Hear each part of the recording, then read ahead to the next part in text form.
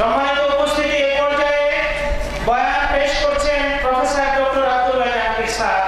স্যারকে অনুরোধ করছি তার বয়ান পেশ করবার জন্য। আসসালামু আলাইকুম ওয়া রাহমাতুল্লাহি ওয়া বারাকাতুহু। আলহামদুলিল্লাহ নাহমাদুহু ওয়া নাস্তাঈনুহু ওয়া নাস্তাগফিরুহু ওয়া নাউযু বিল্লাহি মিন শুরুরি আনফুসিনা ওয়া মিন সাইয়্যাতি আ'মালিনা মান ইয়াহদিল্লাহু ফালা মুদিল্লা লাহু ওয়া মান ইউদ্লিলহু ফালা হাদিয়া লাহু ওয়া আশহাদু আল লা ইলাহা ইল্লাল্লাহু ওয়াহদাহু লা শারীকা লাহু وأشهد أن محمدًا عبده ورسوله صلى الله عليه وعلى آله وأصحابه وبارك وسلم أما بعد আমরা আল্লাহ তাআলার দরবারে লাখো কোটি শুকরিয়া জানাই যে আল্লাহ তাআলা আমাদের এই 3 দিনের মাহফিলের শেষ দিনেও সুন্দরভাবে মাহফিলের ইন্তজাম করার, উপস্থিত হওয়ার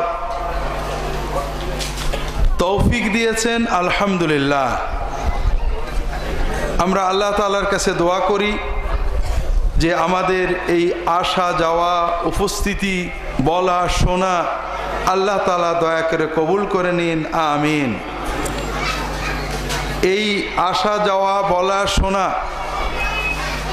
সুন্নাতকে মহব্বত করা, সুন্নাতকে, তাওহীদকে জানার জন্য আগ্রহ করা, আমাদের এই সামান্য কর্মকে আল্লাহ তাআলা কবুল করে নিয়ে এর ওসিলায় আমাদের দুনিয়া এবং আখিরাতের সকল কষ্ট আল্লাহ তাআলা দূর করে দিন, আমিন।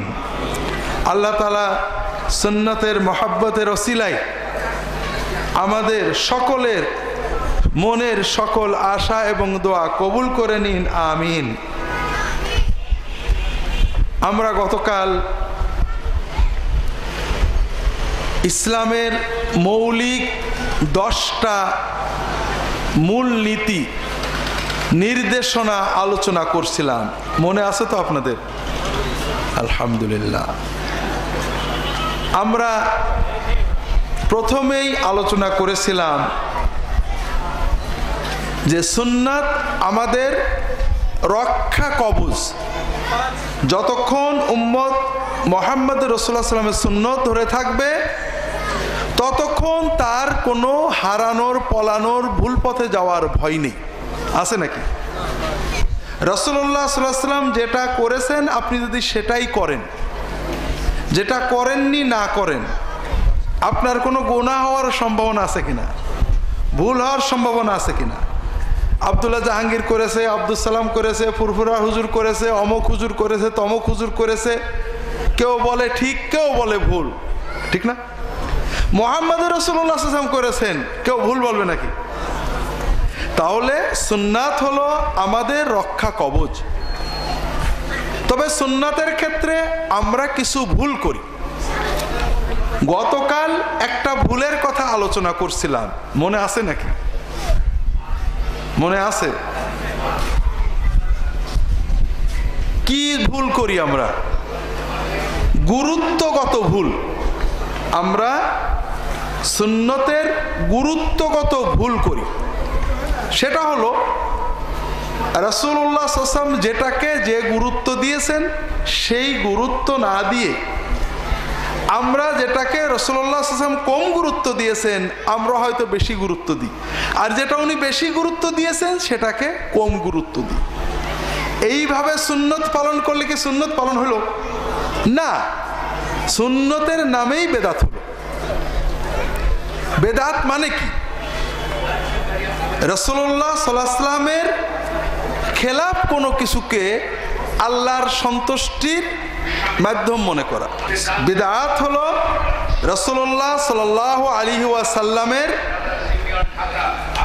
কর্মের বিপরীতে, সুন্নতের খেলাফে কোনো কাজকে, কোনো কর্মকে, কোনো পদ্ধতিকে দিন মনে করা, ইবাদত মনে করা, আল্লাহর সন্তুষ্টি বরকতের উপকরণ মনে করা। এখন এই বেদাতের একটা হলো সুন্নতের নামে বেদাত। কিভাবে? যেমন পাগড়ি একটা সুন্নত, টুপি একটা সুন্নত, রুমালও একটা সুন্নত। কথা কি বুঝতে পেরেছেন? রাসূলুল্লাহ সাল্লাল্লাহু আলাইহি ওয়াসাল্লাম টুপি পরতেন, সাধারণত টুপির সাথে পাগড়ি পরতেন। রুমাল পরেছেন কিনা এটা নিয়ে মতভেদ আছে। কোন কোন হাদিসে রুমাল ব্যবহারে নিষেধ করেছেন, ইহুদিদের মতো বলেছেন। কোন কোন হাদিসে আসছে ওনার রুমাল মাথায় রাখতেন, পাগড়ির নিচে, তেলের উপরে অথবা পাগড়ির উপরে, সবই সুন্নাহ। কিন্তু টুপি, পাগড়ি এবং রুমাল তিনটে সবসময় একসাথে পড়তে হবে, এই চিন্তাটা কিন্তু বেদাত। রাসূলুল্লাহ সাল্লাল্লাহু আলাইহি ওয়াসাল্লাম কখনোই তিনটে একসাথে পড়েছেন, সবসময় পড়েছেন, অধিকাংশ সময় পড়েছেন, কোনো হাদিস নেই। কথা কি বুঝতে পেরেছেন? তাহলে আমরা একটা সুন্নত থেকে বেদাতে চলে যাচ্ছি। যেমন আমরা গুরুত্বগত ব্যতিক্রম করে অনেক বেদাতে নিপতিত হয়ে পড়ি। রাসূলুল্লাহ সাল্লাল্লাহু আলাইহি ওয়াসাল্লাম হজে আমরা যে কাপড় পরি, মনে আছে আপনারা জানেন তো, একটা লুঙ্গি পরি সেলাই ছাড়া, আর একটা চাদর গায়ে দিই সেলাই ছাড়া। নিচেরটাকে বলা হয় কি? ইজার। আর উপরেরটাকে বলা হয় রেদা। ইজার মানে লুঙ্গি, রেদা মানে চাদর। রাসূলুল্লাহ সাল্লাল্লাহু আলাইহি ওয়াসাল্লাম হজের সময় এই দুটো পরতেন। হজ ছাড়াও মদিনার জীবনে অধিকাংশ সময়েই এইগুলো পরতেন। এখন একজন হজ করে আসলো, এসে নিয়ত করলো এই হজের এহরাম সব সময় পরব, পায়জামা পরে না, পিরহান পরে না, ফতোয়া পরে না, সব সময় এহরাম পরে। রাসূলুল্লাহ সাল্লাল্লাহু আলাইহি ওয়াসাল্লাম যে পোশাকটা অধিকাংশ সময় পরতেন, এ সব সময় ওইটা পরে। কোনো দোষ হলো কিনা? কথা বুঝতে পারছেন না? রাসূলুল্লাহ সাল্লাল্লাহু আলাইহি ওয়াসাল্লাম যেটা পরতেন, হজের সময় পরতেন, অন্য সময় পরতেন, কাফনের মতো। একজন নিয়ত করলে আমি এটা ছাড়া আর কিছু পরবো না। রাসূলুল্লাহ সাল্লাল্লাহু আলাইহি ওয়াসাল্লাম যেহেতু মদিনাতেও পরতেন, হজেও পরতেন, কিন্তু আমি সবসময় এটাই পরব। ও আর পায়জামাও পরে না, পিরহানও পরে না, অন্য কিছু পরে না। এটা কিন্তু একটা বিদআত হলো। কারণ রাসূলুল্লাহ সাল্লাল্লাহু আলাইহি ওয়াসাল্লাম হজের সময় এহরাম পরার বাধ্যবাধকতা করেছেন, অন্য সময়ে কখনো বাধ্যবাধকতা করেননি। আমরা যেমন লুঙ্গি পরি অধিকাংশ সময়, তারা ওইগুলো পরতেন, কিন্তু যখন জুব্বা পাইতেন জুব্বা পরতেন। তিনি এই ইজার এবং চাদরের কোনো প্রশংসা করেননি, সওয়াব বলেননি, ফজিলত বলেননি, কিন্তু এই জামার ফজিলত বলেছেন, পছন্দ করেছেন। তাহলে দেখেন, একটা জিনিস সুন্নত, নবীজি সাল্লাল্লাহু আলাইহি ওয়াসাল্লাম পরতেন, কিন্তু আপনি গুরুত্ব বেশি দিয়ে, রাসূলুল্লাহ সাল্লাল্লাহু আলাইহি ওয়াসাল্লাম যতটুকু গুরুত্ব দিয়েছেন তার চেয়ে বেশি দিলে এটা বিদআতে পরিণত হবে। এই জাতীয় গুরুত্বগত বিদআত আমরা করি। গতকাল একটা উদাহরণ দিছিলাম, কিসের একটা উদাহরণ দিছিলাম মনে নেই? আজকে মনে হচ্ছে গতকালের লোকজন আসেনি। খাওয়ার উদাহরণ দিছিলাম। খাওয়া ইবাদত নয়, জাগতিক কাজ। সুন্নত মূলত বেশি খুঁজতে হবে ইবাদতে। রাসূলুল্লাহ সাল্লাল্লাহু আলাইহি ওয়াসাল্লাম ইবাদত শিখাতে এসেছিলেন, কিন্তু আমরা উল্টো, জিকিরে নবীজি সাল্লাল্লাহু আলাইহি ওয়াসাল্লাম কেমন করে বসতেন এটা না খুঁজে খাওয়ার সময় কেমন করে বসতেন এটা খুঁজি। তারপরও খাওয়ার ক্ষেত্রে রাসূলুল্লাহ সাল্লাল্লাহু আলাইহি ওয়াসাল্লাম অনেক সুন্নত আছে। কোনো বিষয়কে তিনি গুরুত্ব দিয়েছেন বেশি, কোনো বিষয়কে কোনো গুরুত্ব দেননি, আমল করেছেন। যেমন তিনি দস্তরখানে খেয়েছেন, কিন্তু দস্তরখানে খেলে সওয়াব হবে, দস্তরখানে খাবে, দস্তরখান ছাড়া খাবে না, কখনোই বলেননি। কথা কি বুঝতে পারছেন? কিন্তু তিনি কম খাতেন, অল্প খেতেন। অল্প খাবে, বেশি খেও না, অল্প খাওয়া ভালো, বেশি খাওয়া খারাপ, অনেক হাদিসে বলেছেন। তাহলে সুন্নত হিসেবে গুরুত্ব কোনটার বেশি, অল্প খাওয়ার না দস্তরখানে খাওয়ার? আমরা গুরুত্ব কোনটাকে দিই? দস্তরখানের দিই। কাজেই তাহলে সুন্নতের নামেই আমরা গুরুত্বগত খেলাপ করে এই খেলাপটাকে যদি উত্তম মনে করি, তাহলে দিন মনে করার কারণে বিদআতে পরিণত হবে। সুন্নতের নামে সুন্নতের খেলাপ হওয়ার আরেকটা কারণ হলো সুন্নতের উৎস না বোঝা। সুন্নত কোথার থেকে পাবো? খুব ভালো করে বিষয়টা বুঝুন। কোনটা সুন্নত কোনটা সুন্নত নয়, এটা আমরা কাদের থেকে কিভাবে জানবো? আমাদের সমাজে একটা ধারণা আছে সুন্নত জানতে হবে ওলামায়ে কেরামের কাছ থেকে শুধু। কথা কি বুঝতে পারছেন? এই কারণে আমরা সুন্নত চাই, কিন্তু আমার হুজুর যে সুন্নত পালন করে না ওই সুন্নত আমি করি না। তাহলে আমরা কিন্তু নবীজির সুন্নত পালন করছি না, আমরা আমাদের হুজুরের সুন্নত পালন করছি। কথা বুঝছেন না? এই চিন্তা থেকে না বেরোলে আপনি সুন্নত পাবেনই না। সুন্নতের উৎস হলো রাসূলুল্লাহ সাল্লাল্লাহু আলাইহি ওয়াসাল্লামের হাদিস, আর সুন্নতের মডেল হলেন রাসূলুল্লাহ সাল্লাল্লাহু আলাইহি ওয়াসাল্লামের সাহাবায়ে কেরামগণ। কথা কি বুঝতে পেরেছেন? কাজেই দ্বীনের প্রচারে, সুন্নতের বয়ানে, দ্বীনের বর্ণনায়, অন্তরের তাসকিয়া অর্জনে আমাদের মডেল মুহাম্মদ রাসূলুল্লাহ সাল্লাল্লাহু আলাইহি ওয়াসাল্লাম, আর তার সুন্নত পালনের বোঝার মডেল সাহাবায়ে কেরামগণ। কথা কি বুঝতে পেরেছেন? আমাদের সমাজে সুন্নত থেকে বিচ্যুত হয়ে দ্বীনের নামে নানাবিধ ভুল ভ্রান্তির ভিতরে নিপতিত হওয়ার বড় কারণ হলো আমরা সুন্নতের জন্য অনেক গল্প কাহিনী বলি যেগুলো রাসূলুল্লাহ সাল্লাল্লাহু আলাইহি ওয়াসাল্লাম বা সাহাবীদের নয়। আপনারা কি বুঝতে পারছেন কথাটা? না, পুরো বোঝেননি। উদাহরণ ছাড়া বোঝা যায় না। যেমন আমরা পরীক্ষায় লিখি উদাহরণ সহ বুঝাইয়া লেখো, তা আপনারাও তো বলবেন হুজুর উদাহরণ দিয়ে বুঝিয়ে বলেন। যেমন আমি আপনাদেরকে অনেকবার বলেছি, এই মানুষের জীবনে সবচেয়ে সহজ কাজ কি? জি, আল্লাহর ওলি হওয়া। মানুষের জীবনে সবচেয়ে সহজ কাজ কি? আপনারা জানেন এটা। কিন্তু বাংলাদেশের মানুষ আল্লাহর ওলি হওয়াটাকে খুব কষ্টকর মনে করে, অসম্ভব মনে করে, ঠিক না বেঠিক? যে কারণে আমি যখন কোনো মাহফিলে যেয়ে বলি আল্লাহর ওলি হওয়া সবচেয়ে সহজ, মানুষ একবারও সুবহানাল্লাহ বলে না, কারণ কথাটা বিশ্বাসই করেনি। সুবহানাল্লাহ বলবে কি করে? কথা বুঝছেন না? আল্লাহর ওলি হওয়া যে কঠিন, এটা আমরা কেন মনে করি? কারণ আমরা ওলিদের গল্প জানি।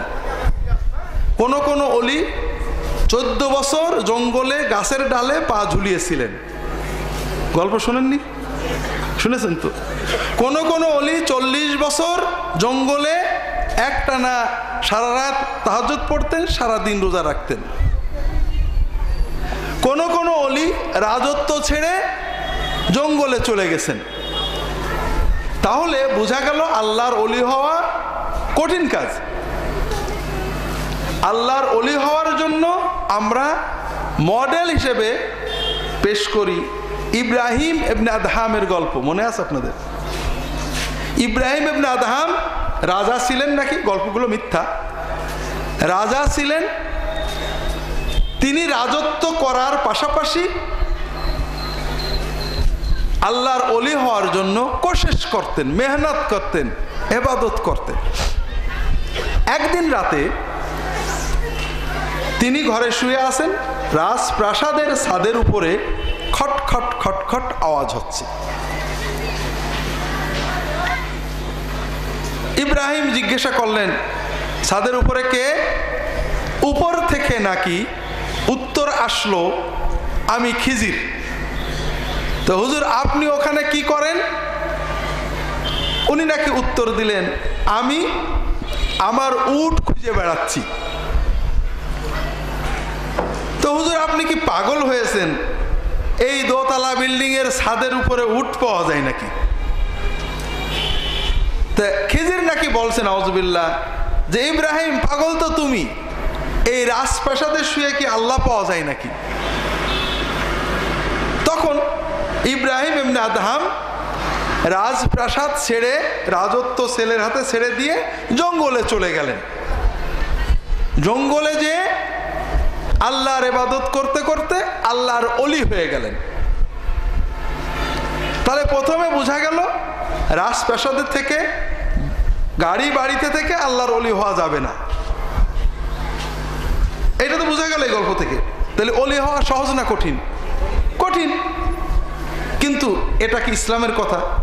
না, এটা বৌদ্ধ ধর্মের কথা হতে পারে, খ্রিস্টান ধর্মের কথা হতে পারে, বাইবেলের কথা হতে পারে, কিন্তু এটা কোরআনের কথা নয়, হাদিসের কথা নয়।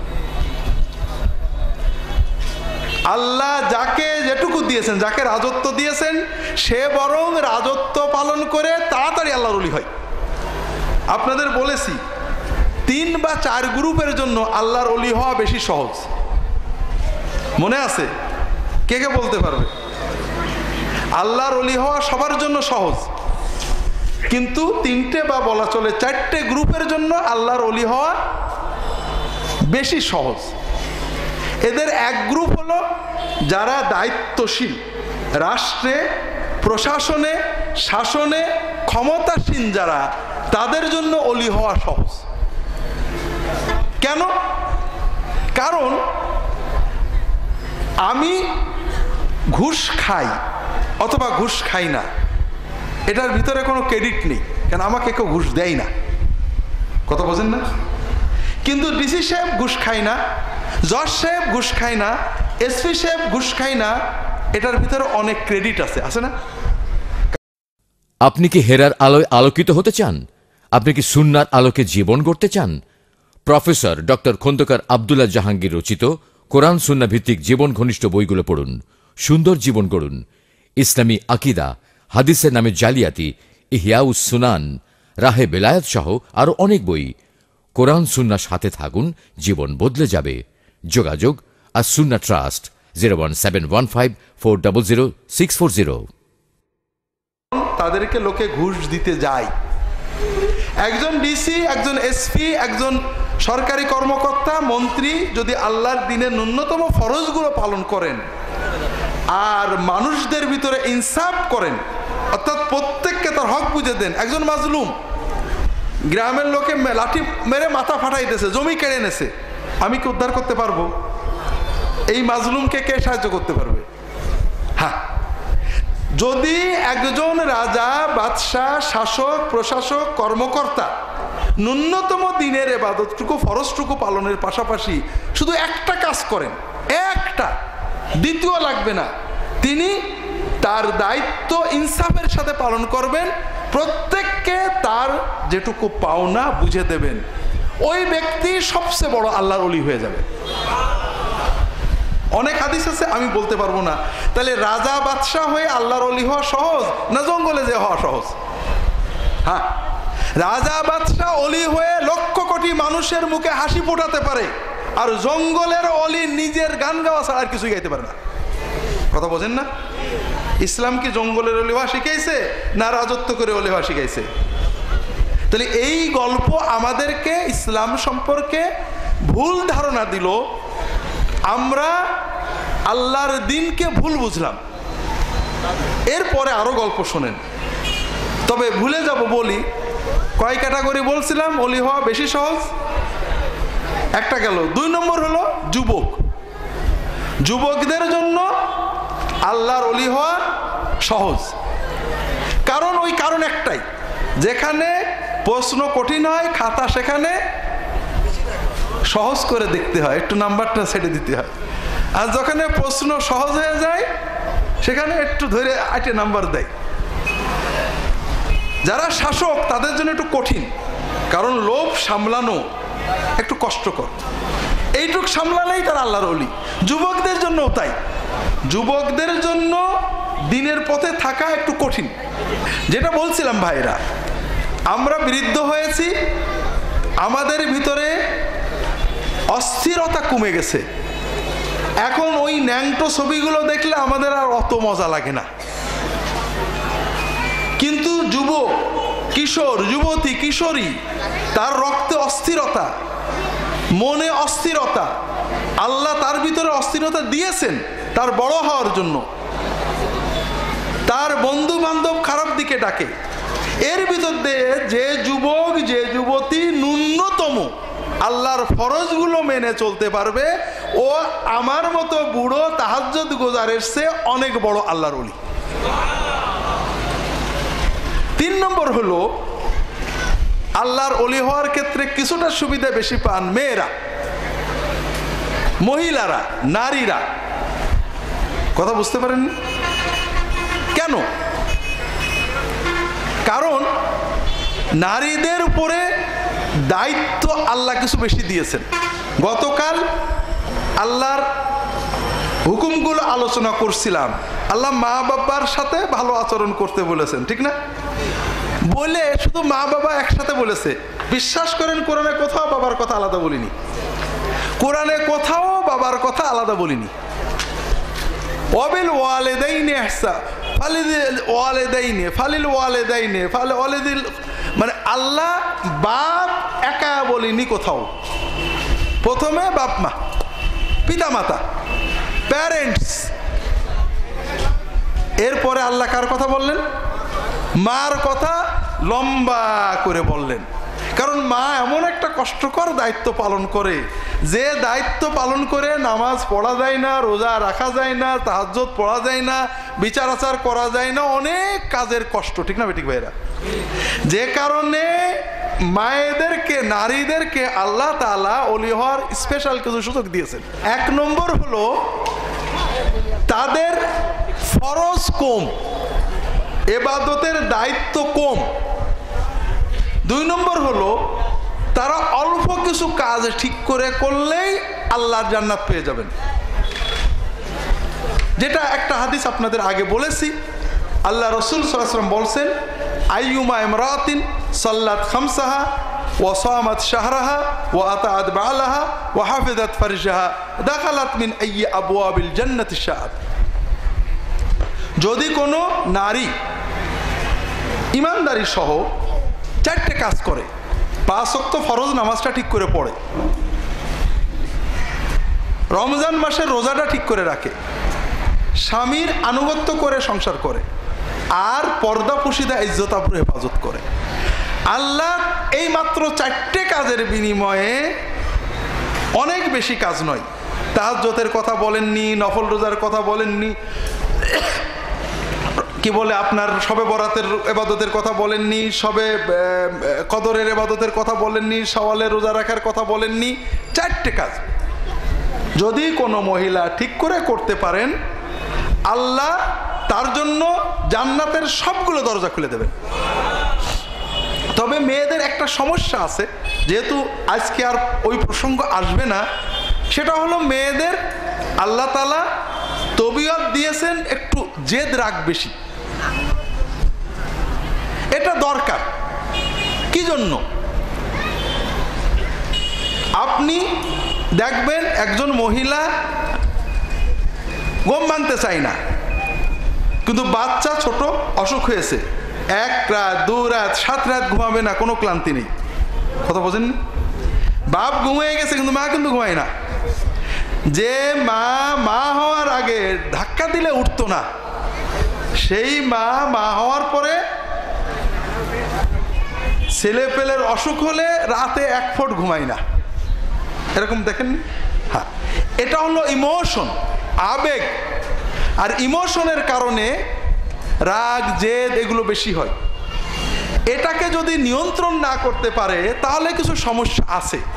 যেমন মুসনাদে আহমদ এবং অন্যান্য গ্রন্থের সহিহ হাদিসে রাসূলুল্লাহ সাল্লাল্লাহু আলাইহি ওয়াসাল্লামকে প্রশ্ন করা হচ্ছে, ইয়া রাসূলুল্লাহ, একজন মহিলা সে অনেক তাহাজ্জুদ পড়ে, অনেক নফল রোজা রাখে, অনেক দান খয়রাত করে, কিন্তু জিভেটা বড় দিতে, পাড়া প্রতিবেশী খুব কথায় কষ্ট পায়। আর একজন মহিলা, সে ফরজ ইবাদত করে, নফল তাহাজ্জুদ তেমন পড়ে না, নফল রোজাও রাখে না, দান খয়রাতও করে না, ফরজ ইবাদতগুলো করে, তবে তার আচরণ দ্বারা পাড়া প্রতিবেশী আশেপাশের আত্মীয় স্বজন কেউ কষ্ট পায় না। এই দুজন মহিলার ভিতরে উত্তম কে? আমরা বাংলাদেশের হিসাব হলে বলতাম উত্তম যে বেশি তাহাজ্জুদ পড়ে, বেশি জিকির করে, বেশি দান করে। না ভাই, আমরা একটা বড় ইবাদত জানি না, শেষে বলার চেষ্টা করব। আল্লাহ রসুল সাল্লাল্লাহু আলাইহি ওয়াসাল্লাম বলছেন যে ওই প্রথম মেয়েটা জাহান্নামী। নাউজুবিল্লাহ বললেন না? বেশি তাহাজ্জুদ পড়ে, বেশি নফল রোজা রাখে, বেশি দান খয়রাত করে, কিন্তু তার পাড়া প্রতিবেশী আত্মীয় স্বজন তার আচরণ দ্বারা, তার কথা দ্বারা, তার ঝগড়া দ্বারা, তার তিক্ত কথা দ্বারা কষ্ট দেওয়ার কারণে তার এই নফল ইবাদতগুলো বাতিল হয়ে যাচ্ছে। কথা কি বুঝতে পেরেছে? তাকে এই পাপের জন্য জাহান্নামে পুড়তে হবে। আর ওই মেয়েটা যে নফল কিছু করে না, ফরজ পালন করে কিন্তু কাউকে কষ্ট দিচ্ছে না, তার ফরজ ইবাদতের সওয়াবটা নিটুট থাকার কারণে সে ওই ইবাদতের বিনিময়ে জান্নাতে চলে যাবে। চতুর্থ ক্যাটাগরি যাদের জন্য আল্লাহর ওলি হওয়া সহজ, তারা হলো সমাজের সাধারণ মানুষ, গরিব নিম্নবিত্ত মানুষ। আজকে কেন্দ্রীয় মসজিদে আমরা রাসূলুল্লাহ সাল্লাল্লাহু আলাইহি ওয়াসাল্লামের দ্বীন প্রচার নিয়ে আলোচনা করছিলাম। আমরা দেখছিলাম দ্বীন গ্রহণ করেছে বিশেষভাবে দুটো শ্রেণী অথবা তিনটে শ্রেণী। মূলত একটা হলো যুবক শ্রেণী। রাসূলুল্লাহ সাল্লাল্লাহু আলাইহি ওয়াসাল্লামের সকল সাহাবী যুবক ছিলেন, 12-15 থেকে 35, 36, 37, এবং চিন্তাশীল সচেতন কিছু মানুষ, মধ্যবিত্ত। আর বড় একটা শ্রেণী হলো নিম্নবিত্ত, সাধারণ মানুষ, শ্রমজীবী মানুষ, কৃষক মানুষ, শ্রমিক মানুষ, দাস মানুষ। এরা কেন? কারণ হলো আমরা যারা সমাজের ধনী মানুষ, বড়লোক মানুষ, তাদের অনেকগুলো বৈশিষ্ট্য থাকে। একটা হলো তারা স্বার্থপর হয়ে যায়, আর একটা হলো তারা লোভী হয়ে যায়। আমাদের সমাজের কোটি কোটি টাকার মালিক, সারা বাংলাদেশে অনেক ব্যাংকে টাকা আছে, তারপরেও দেখবেন একটা চাকরি দেওয়ার জন্য, একটা মামলায় সুপারিশ করার জন্য, একটা কাজ করে দেওয়ার জন্য 2-4 লাখ টাকা পেলে খুব খুশি হয় এবং করে। এরকম সমাজে আছে নাকি? তাদের টাকার অভাব আছে নাকি? অভাবটা কোন জায়গায় আছে? কিন্তু গরিব মানুষ, যেখানে কোটি কোটি টাকার মালিক 1 বিঘা জমি আত্মসাৎ করার জন্য গুলি করে লোক পাঠিয়ে মানুষ খুন করায়, আছে না নেই? জাল দলিল করে জমি দখল করায়, আছে না নেই? জমিদস্যুরা, ভূমিদস্যুরা জমির মালিকের কাছে টিপসই নিয়ে জমি নিয়ে নেয়, আছে না নেই? সেখানে একজন সিএনজিওয়ালা, বেবি ট্যাক্সিওয়ালা, রিক্সাওয়ালা রিক্সার উপরে ফেলে যাওয়া 2 লাখ টাকার মানি ব্যাগ মালিকের ফিরিয়ে দিয়ে আসে, আসে না? কারণ এর অভাব আছে বাইরে, কিন্তু অন্তরে অভাব নেই, মনটা ভালো। কথা কি বুঝতে পেরেছেন? এই জন্য সাধারণ মানুষদের মন ভালো হয়, লোভ কম হয়, সবচেয়ে বড় অহংকার থাকে না। যেমন আমাদের মনে অহংকার আছে, আমাকে আপনারা সবাই স্যার ডাকেন, একজন হুজুর ডাকলো, চাচা ডাকলো, চাচা, ও চাচা, আঙ্কেল, আমার রাগ হবে। হ্যাঁ, আমি সারা দুনিয়ার মানুষের স্যার, বেটা আমাকে আঙ্কেল আর চাচা ডাকে। এর নাম কি? অহংকার। তার মানে আমার ভিতরে একটা আমি বসে আছে। এই আমি আল্লাহ, আমাকে আল্লাহ পছন্দ করে না। যে অন্তরে অহংকার আছে, যে নিজেকে কিছু মনে করে যে আমি অন্যের চেয়ে ভালো, আমি ভালো না খারাপ, কিয়ামতের দিন জান্নাত পাওয়ার আগে কি বোঝা যায়? দেখতে হয়তো ভালো ভাই, ডিগ্রিতে হয়তো ভালো, টাকায় হয়তো ভালো, কিন্তু ওই যার খারাপ চিন্তা করছি ও হয়তো আমার হাজার হাজার বছর আগে জান্নাতে চলে যাবে, বুঝতে পারেননি? তাহলে প্রথম কথা যে আল্লাহ আমার যা দিয়েছে আল্লাহর দয়া। 2 নম্বর যে আল্লাহ যা দিয়েছে এটাকে আমার পক্ষে যাবে না বিপক্ষে যাবে আমি জানি না। পক্ষান্তরে একজন সাধারণ মানুষ চাচা বললেও সাড়া দেয়, ভাইজান বললেও সাড়া দেয়, ওর কিছুই মনে হয় না, ঠিক না? তার মানে ওর কোনো অহংকার নেই। এই জন্য আল্লাহ তাআলা ওদের অতি অল্প ইবাদতেই খুশি হয়ে যান।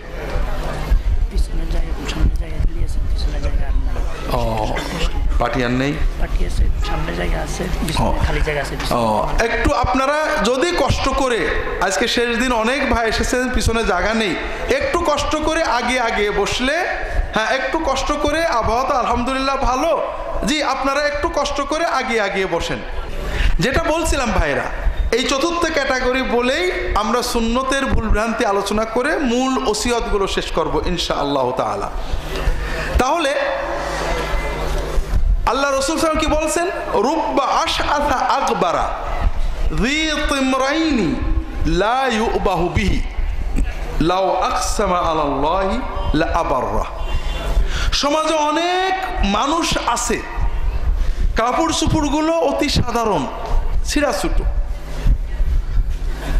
চুলগুলো উস্কো খুস্কো, পায়ে জুতো দেওয়ার টাকা নেই, মানুষ কোনো গুরুত্ব দেয় না।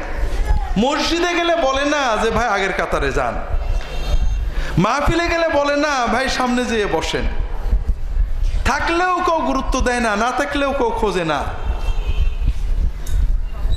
কিন্তু আল্লাহর কাছে এই মানুষটার এত দাম যে যদি আল্লাহর কাছে কসম করে বলে আল্লাহ তোমার কসম বলছি যে এই কাজটা করে দিতে হবে, আল্লাহ করে দেবে।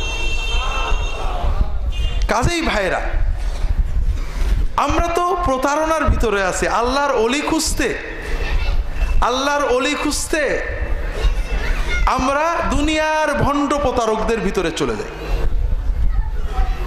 আল্লাহর অলি যদি কে দেখে সালাম দিতে চান, অলি নিজে হতে হবে, খোঁজার দায়িত্ব আল্লাহ আমাদের দিইনি। তারপরেও যদি মহব্বত করতে চান অলিদেরকে, কোনো যুবক কিশোর, যুবক যুবতী, কিশোর কিশোরী যদি দিনদার পান, আপনি নিশ্চিত হবেন যে এটা আল্লাহর অলি। আর সমাজের কোনো সাধারণ মানুষ, রিক্সাওয়ালা, শ্রমিক অথবা সাধারণ মানুষ কিন্তু দিনটা মেনে চলে, নামাজগুলো আদায় করে, হক হালালি চলে, দিনের পথে থাকে, এই রকম মানুষদেরকে আল্লাহর অলি জেনে সালাম দেবেন, মুসাফা করবেন, বাড়িতে দাওয়াত করে খাওয়াবেন, কোনো দলমত দেখবেন না। তো যেটা বলছিলাম ভাইরা, আল্লাহর অলি হওয়া সহজ, এটা কোরআন বলে, হাদিস বলে, রাসূলুল্লাহ সাল্লাল্লাহু আলাইহি ওয়াসাল্লামের জীবন বলে, সাহাবীদের জীবন বলে। কিন্তু গল্প বলে কি অলি হওয়া কঠিন। ইব্রাহিম ইবনে আদহামের গল্পটা শেষ করে আমি ওসিয়তে যাব। ওনার গল্প আমরা পড়েছি, আপনারাও হয়তো পড়েছেন অথবা শুনেছেন। অনেক বছর জঙ্গলে থেকে আল্লাহর অলিদের সোহবতে থেকে অলি হয়ে গেলেন ইব্রাহিম আদহাম। মক্কা এসেছেন হজের জন্য, এসে ছেলের সাথে দেখা। ছেলের সাথে দেখা হলে ছেলেকে দেখে খুব খুশি হয়ে বুকে জড়িয়ে ধরেছেন, বাড়ির কথা শুনছেন, বাড়ির লোকজন কেমন আসে, রাজ্য কেমন চলছে। কিছুক্ষণ পরে নাকি তার কলবে এলকা হয়েছে। এই এলকা, এলহাম, কাশফ দিয়েই দেশ শেষ। সাহাবীদের এলকাল গল্প নেই, কোনো গল্প নেই। আবু বকর, ওমর 100 বার নবী আল্লাহ স্বপ্ন দেখেছে, যত গল্প পরের লোকদের। এগুলো ব্যক্তিগত অনুভূতি, এগুলো কোনো দিন না। যেটা বলছিলাম, তার নাকি কলবে এলকা হয়েছে যে ইব্রাহিম তুমি কেমন বন্ধু হলে, এই যে ছেলেকে দেখার পরে 15 মিনিট তোমার কলবে আমার কোনো জিকির নেই, কথা নেই, বন্ধু হয়ে বন্ধুর কথা ভুলে গেলে কেমন অলি হলো। তখন ইব্রাহিম নাকি দোয়া করলেন যে যার কারণে তোমাকে আল্লাহ 10 মিনিট ভুলে থাকলাম তাকে তুমি তুলে নাও। ছেলেটা নাকি মরে গেল। এটাই তো ইসলাম। কি দুঃখজনক কথা। আর আল্লাহ রাসূল সাল্লাল্লাহু আলাইহি ওয়াসাল্লাম কি শিখালেন? ঠিক অবিকল এই জাতীয় একটা। হানজালা রাদিয়াল্লাহু তাআলা আনহু বাড়ির থেকে বেরিয়ে উদ্ভ্রান্তের মতো রাসূলুল্লাহ সাল্লাল্লাহু আলাইহি ওয়াসাল্লামের কাছে যাচ্ছে। আবু বকর রাদিয়াল্লাহু তাআলা আনহুর কাছে দেখা। আবু বকর রাদিয়াল্লাহু তাআলা আনহু বলছেন হানজালা কোথায় যাও? হানজালা বললেন, ইয়া আবু বকর নাফাকা হানজালা। হানজালা তো মুনাফিক হয়ে গেছে। কেন? সে কি কথা?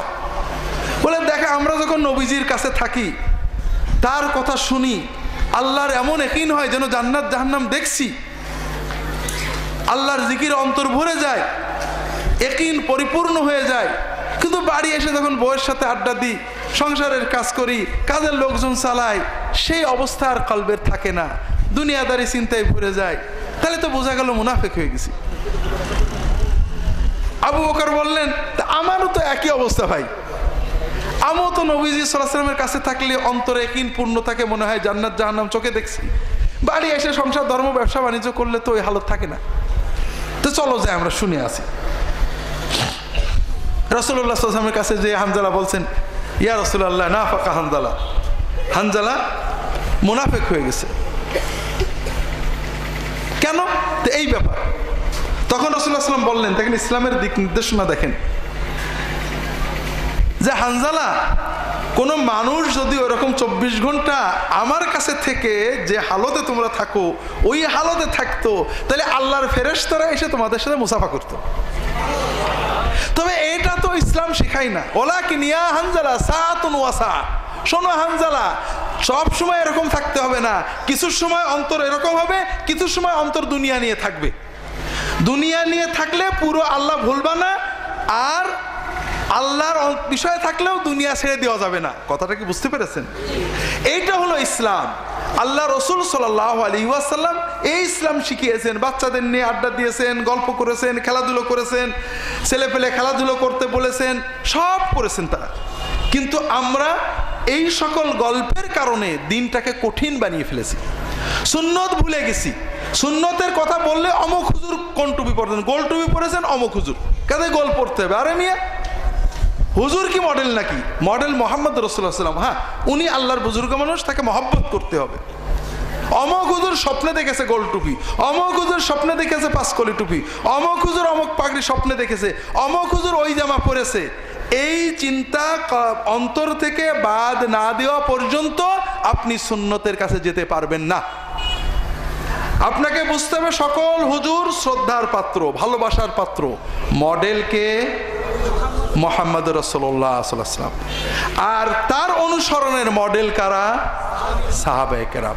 কাজেই উলামায়ে কেরাম যারা এখানে আছেন, দ্বীনের দায়ী, সবাইকে অনুরোধ করব, দ্বীনের প্রচারের জন্য প্রথম যেটা করতে হবে, তাজকিয়া কলব বলেন, কলবার বেদনা বলেন, চোখের পানি বলেন, কোরআন হাদিস সাহাবায়ে কেরাম। দ্বীনের দাওয়াত বলেন, প্রচার বলেন, কোরআন হাদিস সাহাবায়ে কেরাম। এর বাইরে গল্প গুজব দরকার নেই। আমরা অনেক সময় মনে করি এই সব গল্প বললে চমক লাগে, মানুষ অবাক হয়ে বসে থাকে। আর এই গল্পের বাজারও বেশি। অমুক জায়গায় গেছি, অমুক জঙ্গল দেখছি, অমুক নবীর কবর দেখছি, 3 হাত 43 হাত 50 হাত, অমুক, মানুষ পাগল হয়ে শোনে, যা শতভাগ মিথ্যা কথা। কথা কি বুঝতে পারছেন? তো যাই হোক, দ্বীনের দায়ীদের বুঝতে হবে মানুষ কি শুনলো এটা আমার কাজ না। আমার কাজ মুহাম্মদ রাসূলুল্লাহ সাল্লাল্লাহু আলাইহি ওয়াসাল্লামের পদ্ধতিতে মানুষদেরকে আল্লাহর পথে ডাকবো।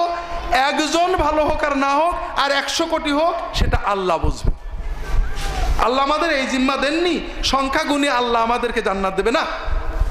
অনেক নবী একজন উম্মত না দিয়েও অন্যান্য নবীদের মতোই মর্যাদা নিয়ে জান্নাতে যাবেন। তো যেটা বলছিলাম ভাইরা, এই ভুলের ভিতরে আরেকটা ভুল হলো গুরুত্ব কত। এই সুন্নত না বুঝে আমরা ফরজ গুরুত্ব দিই না, নফল সুন্নত গুরুত্ব দিই, ফরজ সুন্নত গুরুত্ব না দিয়ে। আর এটা বোঝানোর জন্য দ্বীনের মূল 10টা বিষয় বলছিলাম, যেটা নিয়ে কোনো আপোষ নেই, বাকি সব নিয়ে আপোষ আছে। তার কয়টা গিয়েছে? 3টা গিয়েছে। শিরিক মুক্ত তাওহীদ, পিতামাতার দায়িত্ব পালন, সন্তানের দায়িত্ব পালন। সন্তান মানে পুরো পরিবার। সন্তানের দায়িত্ব পালনে আল্লাহ তাআলা এত গুরুত্ব দিয়েছেন যে সূরা লোকমানের ভিতরে পুরো লম্বা একটা পৃষ্ঠা সন্তান প্রতিপালনের মূলনীতি শিখিয়েছে। আমরা তো হাওয়ার উপরে চলি। সন্তানের সাথে পিতার সম্পর্ক হবে বন্ধুত্বের, আদরের, জড়িয়ে রাখার। সন্তান এবং পিতামাতার মাঝখানে কোনো ব্যারিয়ার থাকবে না। সন্তান তার সবচেয়ে গোপন কথাটা বাপ মাকে বলতে পারতে হবে। এই ফাঁকে যুবকদেরও বলি, কিশোরদেরও বলি, যখন কিশোররা কিশোর হয়, 12, 13, 14 বছর বয়স হয়, তখন মা বাবার অপরাধে ভুলে মা বাবার সাথে সন্তানদের একটা দূরত্ব তৈরি হয়। তারা তাদের সমস্যা, সুবিধা, গোপন কথা, মনের কথা, প্রশ্ন জিজ্ঞাসার জন্য গুরু খোঁজে। গুরু কারা? ওদেরই বয়সের দুষ্টু যুবকেরা। তখন এই গুরুদের মাধ্যমে ওরা ডিরেইলড হয়ে যায়। আপনার কথা বুঝতে পেরেছেন?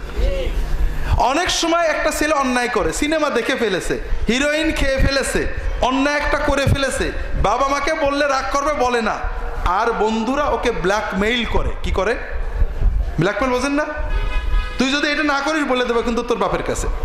তোমাদের বলি, দুনিয়াতে বাবা মায়ের চেয়ে কোনো আপন কিছু নেই। বাবা মা রাগ করে, বাবা মা তোমার জীবন চাই, নিজেদের জীবনের বিনিময়ে তোমার জীবন চাই। তাদের রাগটা হলো তোমার জীবন রক্ষার জন্য। আর বন্ধুরা তোমার মরণ চাই। বন্ধুরা তাদের স্বার্থের জন্য তোমার মরণে কোনো দ্বিধা নেই তাদের। এবং তোমরা জানো বর্তমান সমাজের অনেক বন্ধু 20 টাকার জন্য আরেক বন্ধুকে খুন করে ড্রেনের ভিতরে পুঁতে রাখছে, পেপারে আসছে না? হ্যাঁ। কাজেই দয়া করে যত ভুল করো, যত ভয়ঙ্কর ভুল করো, গোপনে বিয়ে করে ফেলেছো, হিরোইন খেলে ফেলেছো, অন্যায় করে ফেলেছো, কোনো কথা নেই, মায়ের কাছে এসে আগে বলবা যে মা এই কাজ করে ফেলেছি। মা প্রথমে গাল দেবে, রাগ করবে, হাউতাশ করবে, কিন্তু তোমার জীবন বাঁচানোর চেষ্টা করবে।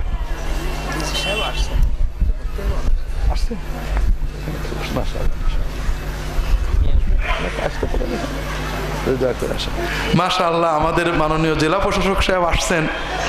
আমি ভয়ে জোরালো দাওয়াত দিইনি, বললাম যে গতবার উনি এসে সারাদিনই বসেছে, সারা মাহফিলে বসেছিলেন, তো উনি আসলে উনি আমাদের এই ভাঙাচুরো মাহফিলে কিভাবে বসাবো, আর একজনকে বসানো ঝামেলা, এই জন্য আমি বলছিলাম যে মাহফিল আছে, সুযোগ পেলে আসবেন।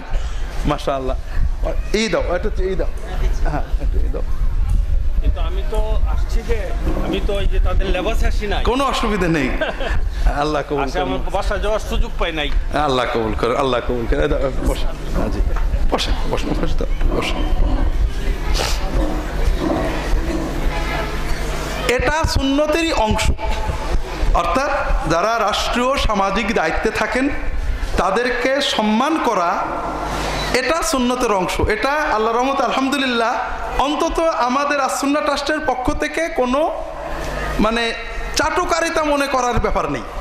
আলহামদুলিল্লাহ আমরা এখানে কাজ করছি, আমাদের মতোই করি।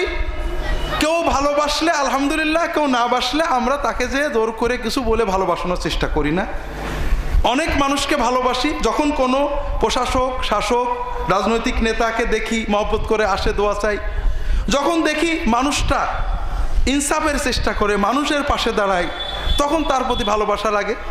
যখন দেখি যে মানুষটা আমার দোয়া চায় কিন্তু ঘুষ নেয় অথবা জুলুম করে, তখন অন্তর থেকে সে বেরিয়ে যায়। কথা কি বুঝতে পেরেছেন? আমাদের দোয়া এবং না দোয়াটা এটার উপর নির্ভর করে। তো যাই হোক, যেটা বলছিলাম ভাইরা, তাহলে শিশু, কিশোর, যুবকদের দায়িত্ব খুব ভালো করে বুঝতে হবে। যত অন্যায় করে বাবা মাকে বলবে, আর বাবা মার দায়িত্ব হলো যত অন্যায় ওরা করুক রাগ করতে পারবেন না, কারণ আপনাকে বুঝতে হবে আপনার ভুলের কারণে ওরা অন্যায় করেছে। আজকে সকালে মদিনা থেকে এক ভাই ফোন করেছেন, তার একটা পারিবারিক প্রবলেম আমি জানি, ছেলে পেলে কথা শুনে না। তা বললেন দেখেন, আপনি মদিনায় পালিয়ে থেকে আল্লাহর কাছে বাঁচতে পারবেন না, কারণ ছেলে পেলে কিয়ামতের দিন আল্লাহর কাছে বলবে, আল্লাহ আমার পিতা আমাকে ছায়া দেয়নি, তাই আমি ভুল করেছি। আপনার দায়িত্ব আছে তাদের সামনে থাকা, মাথার উপরে থাকা, তাদেরকে ভালো রাখার চেষ্টা করা। কথা বুঝতে পারেননি? তো কাজেই সন্তান প্রতিপালন, পরিবার গঠন, সুন্দর পরিবার, এই দুই ওসিয়াতে চলে গেল, পিতামাতা এবং সন্তান। এর পরেরগুলো আমি খুব সংক্ষেপে বলে দেব। আল্লাহ বলছেন, ওয়ালা তাকরাবুল ফাওয়াহিশা মা যাহারা মিনহা ওয়া মা বাতান। এটা হলো 4 নম্বর ইসলামের মূল নির্দেশনা। অশ্লীলতা প্রকাশ্যে হোক আর গোপনে হোক তার নিকটেও যাবে না। কথা কি বুঝতে পেরেছেন? কারণ আগেরটা ইসলাম মানব সভ্যতার মূল ধরে পরিবার নামক ইউনিটকে। এই পরিবার নামক ইউনিট যদি নষ্ট হয়ে যায় তাহলে মানব সভ্যতা শেষ হয়ে যাবে। খুব ভালো করে বোঝেন, সুনামি হবে, ভয়ঙ্কর সুনামি হলে দুনিয়ার অর্ধেক ডুবে যাবে, বাকি অর্ধেক তো থাকবে। কথা বোঝেননি? আর যদি পরিবার নামক এই ব্যবস্থাটা উঠে যায়, বিশ্বের কেউ বিয়ে শাদী করে না, কোনো সন্তান সন্ততি হয় না, তাহলে মানব সভ্যতা ধ্বংস হতে কতদিন লাগবে? বেশি দিন লাগবে নাকি? পুরো। এবং আধুনিক সভ্যতা নামের অসভ্যতাটা এই পথে যাচ্ছে। একবার এনকাটায় একটা কারণে সার্চ করছিলাম, 1950 সালের দিকে আমেরিকার প্রায় 80-85 জন নারী পুরুষ পরিবার গঠন করে থাকতো। আর 2000 সালের দিকে এসে আমেরিকার প্রায় 40-45% মানুষ পরিবারবিহীন থাকে। এখানে খুব ভালো করে খেয়াল রাখতে হবে, পরিবার বলতে তারা লেসবিয়ান বা গে ম্যারেজকেও পরিবার মনে করে। এইটা সহ প্রায় অর্ধেক মানুষ, 2000 সালের কথা বলছি, পরিবারবিহীন। তার মানে এইভাবে যদি পরিবারবিহীন মানুষের সংখ্যা বাড়ে তাহলে একটা সভ্যতা ধ্বংস হতে বেশি দিন লাগে না, লাগে নাকি? ইউরোপের একই অবস্থা। ইউরোপে নারী স্বাধীনতা, ব্যক্তি স্বাতন্ত্র্য, অধিকার ইত্যাদি করতে করতে ইউরোপ আমেরিকার মানুষ বিয়েকে এখন ভয় পায়। আল্লাহর আইন বাদ দিয়ে মানুষ যখন ইনসাফ প্রতিষ্ঠার চেষ্টা করে, গড়বড় করে ফেলে। ইসলামে একটা নির্ধারিত আইন আছে মেয়েদের ছেলেদের অধিকারে। বাইবেলে কোনো নিয়ম নেই। বাইবেল যেটা ইহুদি এবং খ্রিস্টানদের ধর্মগ্রন্থ, এটাতে আছে মেয়েরা কিছু পাবে না, বাবা মরে গেলেও পাবে না, স্বামী মরে গেলেও পাবে না। উপরন্ত কারো যদি সম্পত্তি থাকে, বিয়ের পরে তার ওই সম্পত্তির ম্যাজিস্ট্রেটি পাওয়ারটা স্বামীর চলে যাবে, অর্থাৎ স্ত্রী স্বামীর অনুমতি ছাড়া ওই সম্পত্তি বেচতে পারবে